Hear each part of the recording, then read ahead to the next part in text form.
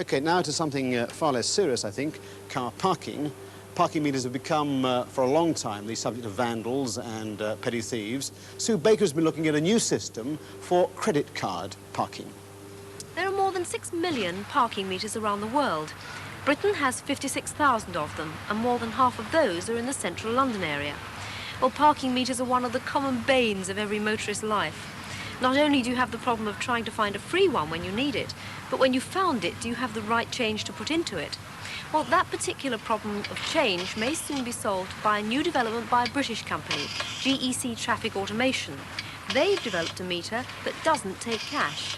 But this meter looks rather unfamiliar compared to the ones we're used to. Can you show me how it works? Yes, indeed. It works simply. I mean, instead of putting a coin into the meter, we put a card into the meter. Push the card into the slot. The meter gives the card back, and we've bought ourselves 20 minutes of parking time, and the flag has gone round to show that we're parking legally. If we want to buy more time than 20 minutes, then we can push the card in again, and we've bought ourselves another 20 minutes. And we can keep on doing that until we reach the maximum, which is 2 hours on this particular version. How do you know how much time you have left on that card? Oh, well, that's a clever bit, you see. You put the card in backwards, and the meter will then display to you the number of units of parking left on the card. And what does that mean? That means that you can, 1 unit is knocked off for each insertion of the card. So we could use this card another 699 times before it becomes exhausted. Yes, and is it always the same amount of time per unit?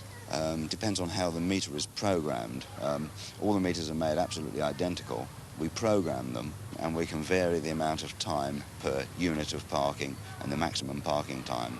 Why is there any need for a change from the current type of parking meters? Because the current type of parking meters require a great deal of service and maintenance. Generally speaking, they have to have the coin box emptied every day. Most of them are clockwork and have to be wound up every other day. And this means that there is a problem in the sheer level of manpower and the cost of that manpower in looking after the meters. There is also a problem of vandalism, money being stolen out of the meters.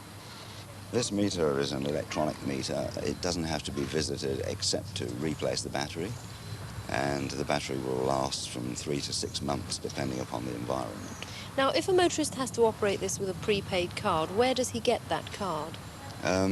Well, there's one of the most important parts of the market research that we're doing at the moment to identify exactly how cards should be sold. Clearly, they've got to be sold at places where motorists are going to go. And one's first thought is, of course, petrol stations on the petrol forecourt. Other alternatives are town halls, post offices, corner shops, and one of our major discussions with potential users for it is to decide exactly how the card itself should be marketed and sold. And would that be a nationwide system? Because if not, I can see problems for somebody going to a strange town and not having the right piece of equipment to operate the parking meters. Well, ideally, we'd like to see a nationwide system. Whether we can bring that about immediately, I have grave doubts. I think it will be installed in 1 or 2, perhaps rather limited areas first as a pilot scheme to see how it goes. But ultimately, I think it has to become a nationwide system. Well, I must say that seems the perfect solution for people like myself who can never find the 50p's and the 10p pieces at the critical moment. It would, of course, need a change in the legislation, but some councils, notably Westminster, already have this capability, so we could see it in the not-too-distant future.